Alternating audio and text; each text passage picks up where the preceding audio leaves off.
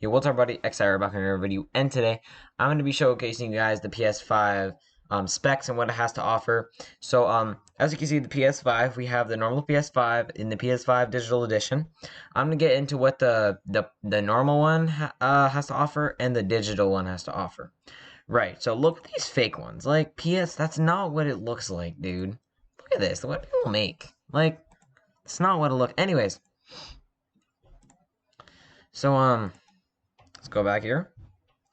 Specs. So GPU or CPU, GPU, SSD, and more, right? So as you can see, this is basically like the layout of the thing. The SSD is a 825 gigabyte and then 5.5 gigabytes a second. So do the math. I think it's up to a minute. Hey Siri. 5.5 times 60. 5.5 times 60 is 330. No, I don't think it goes by minute. I don't know how that. I don't know how really they get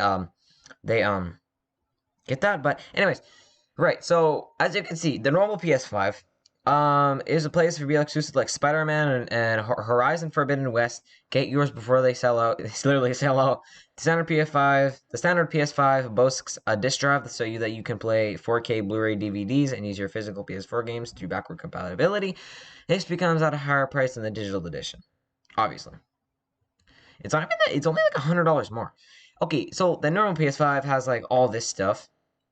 Pause the video to read it. And the digital edition is cheaper, but it's lacking a disc drive, so you can't put discs in it. And then it'll still deliver all the speed and the specs. It just won't offer the disc drive like the PS4 does right over there. You might not be able to play physical games, but the future is digital anyway. That's true. I feel like discs aren't really going to be a game or a thing soon. Anyways, so the dimensions. Well, we obviously know the price. The PS4. Oh yeah, the PS4 Pro was $400, and the PlayStation 5 is $500. So that was the PS4 Pro. It wasn't even a normal PS5. So that's kind of bad. Anyways, it's a bit bigger. You know, it has its ups and downs. All right, so the CPU is an AMG Jaguar 8-core times 86-64. So what that means is like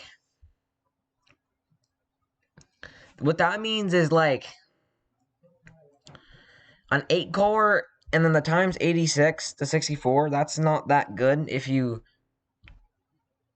Anyways, but the 8 times Zen 2 cores. So you have basically what you have is really 2 good cores. Before on here on the AMD Jaguar, the PS4 Pro, you would only have 1 core, or you only have like 8 little cores. But now you have 2 cores over here at 3.5 gigahertz.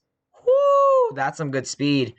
All right, the GPU AMD Radeon 4.2 T-flops. Right.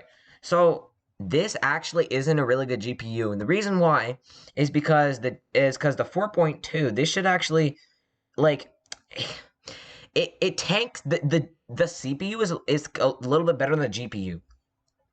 Technically, you can't really say it's better, but it'll tank the PS4. That's what they did once. Anyways, and then this one is the custom RDNA, the 10.28 T-flops. This is a really good one. 36 CUs at 2.23 gigahertz. So that's real good. As you can see, only 4 T-flops to 10 T-flops, and this is a custom one too. So, anyways, memory 8 gigabytes, GDDR5 times or plus 1 gigabyte, not bad.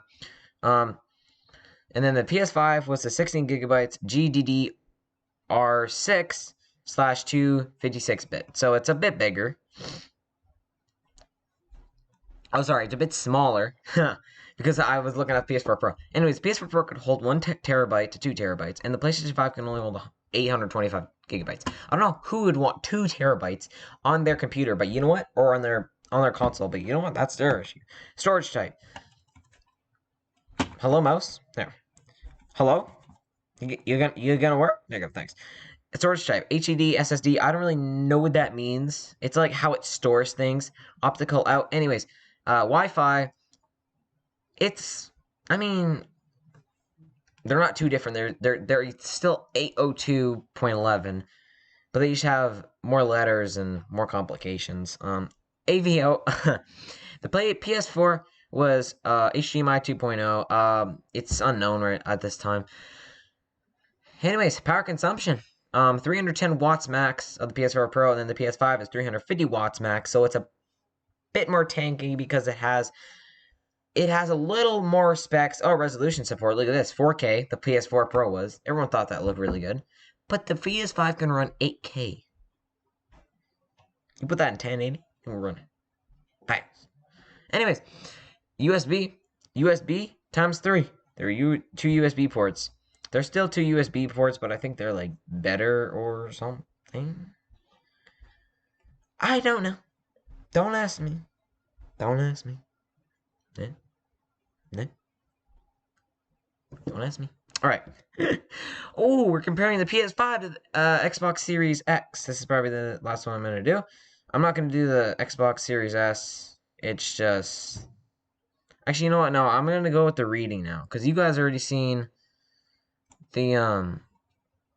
Anyway, if you want this website and look at all the other things, you go to androidessential.com/PlayStation 5-specs or -5-specs -everything -we -nos -no -so -far.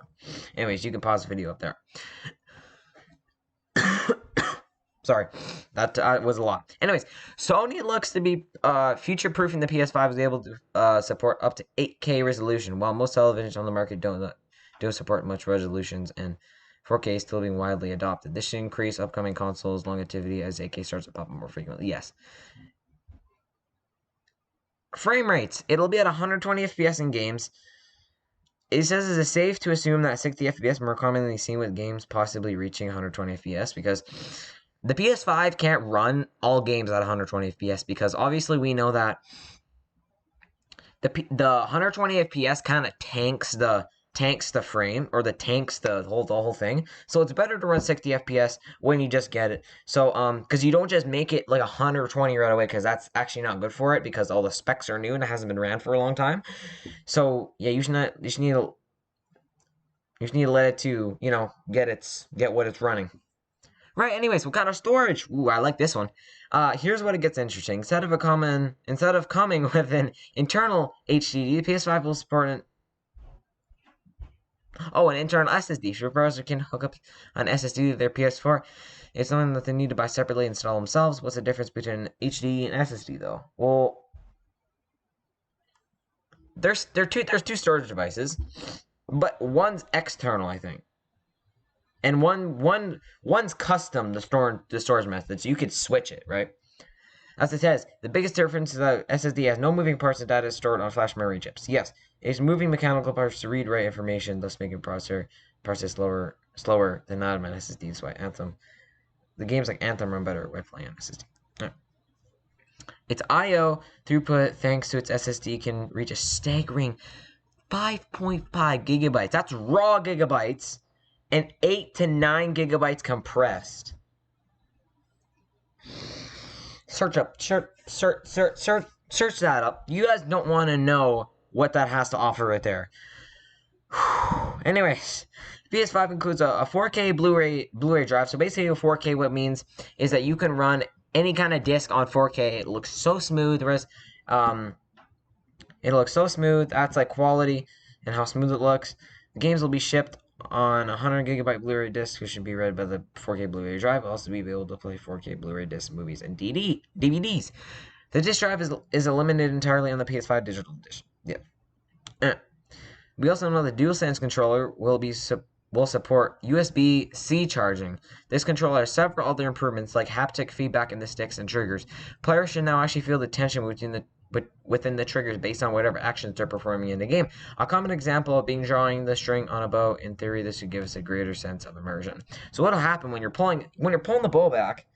There's more tension on the bow. So what the motor is going to do inside is it's going to start pushing the stick out. It's going to start pushing the trigger out. It's not going to force you, but it's going to put some like feedback on you. Anyways, this is what the controller looks like. It absolutely looks sick. The PS button, that's an actual button, and these buttons are covered with plastic. I think they are. Anyways, it looks really cool. So anyways, guys, this is just my, how long have I been recording for? Oh, only 10 minutes. Right. So, we're gonna... Specs for Xbox Series, right. So, they basically use the same processor, obviously. Actually, no, they don't. The Xbox Series X has actually a better, a tiny bit better processor, but, yeah, okay, the graphics on the Xbox Series X are a bit better. They're reasonable. Well, while the Xbox Series X is 1.8, 2.25 gigahertz, the PS5 has 2.23 gigahertz. So it's kind of... you really can't compare it. But this megabyte, 256-bit. Alright, so I think this is better. I'm not sure. Anyways, memory bandwidth. 448 gigabytes a second. Pretty good. 10 gigabytes, 560 gigabytes a second. Huh. But the 10 gigabyte one, you get 560. Okay, so you get more memory bandwidth. So basically, what memory means is you need memory to run a game. Because if you don't have memory, then it won't know what to send to the screen. That's basically what it is. The memory or the wait, what was I reading here? Anyway, yeah, the memory is like the bandwidth is like how fast does the memory go. Anyways, internal storage. The Xbox Series X has more. I throw compressed. 5.5 gigabytes raw, 2.4 gigabytes raw, 4, 8 to 9. Okay, so the PlayStation 5 has a lot more I/O throughput, but that's not really. Anyways, custom XD expansion card. This comes with a slot. Anyways, the PS5 comes with external storage, USB, external HDD support. They use both the same. They use both the same here. Size, I think the PS5 is a teeny bit bigger. And then you guys can just pause this. I ain't gonna read the Xbox Series X or Xbox Series S because it's a lot better, or it's a lot worse than the PS5. But anyways.